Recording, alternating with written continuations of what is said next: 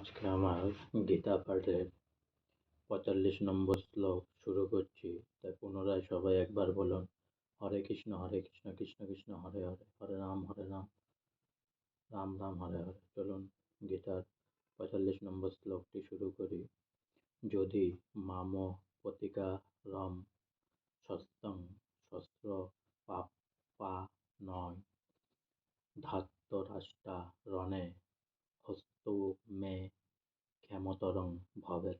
যদি মানে যদি, মাম মানে আমাকে, অপ্রতিকারম মানে প্রতিরোধ রহিত, অশস্ত্রম মানে নিরস্ত্র, শস্ত্র পানয় মানে শস্ত্রধারী, ধাতরাষ্ট্রা মানে ধৃতরাষ্ট্রের পুত্ররা, রণে মানে রণক্ষেত্রে, হনু মানে হত্যা করে, তৎ মানে তবে, মে মানে আমার, খে মতরম মানে অধিকতর মঙ্গল, ভবেৎ মানে হবে।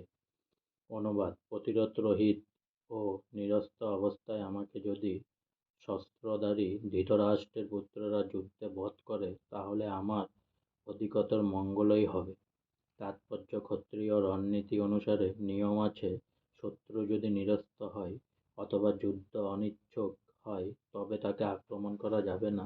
কিন্তু অর্জুন স্থির করলেন যে এরকম বিপজ্জনক অবস্থায় তার শত্রুরা যদি তাকে আক্রমণও করে তবুও তিনি যুদ্ধ করবেন না।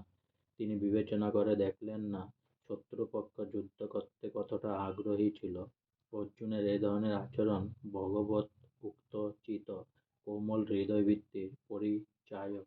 আজকে আমার ৪৫ নম্বর গীতা শ্লোক এখানে শেষ হলো, তাই পুনরায় হরে কৃষ্ণ কৃষ্ণ কৃষ্ণ হরে হরে, হরে রাম রাম রাম হরে হরে। অনেক অনেক সাবস্ক্রাইব করুন, অনেক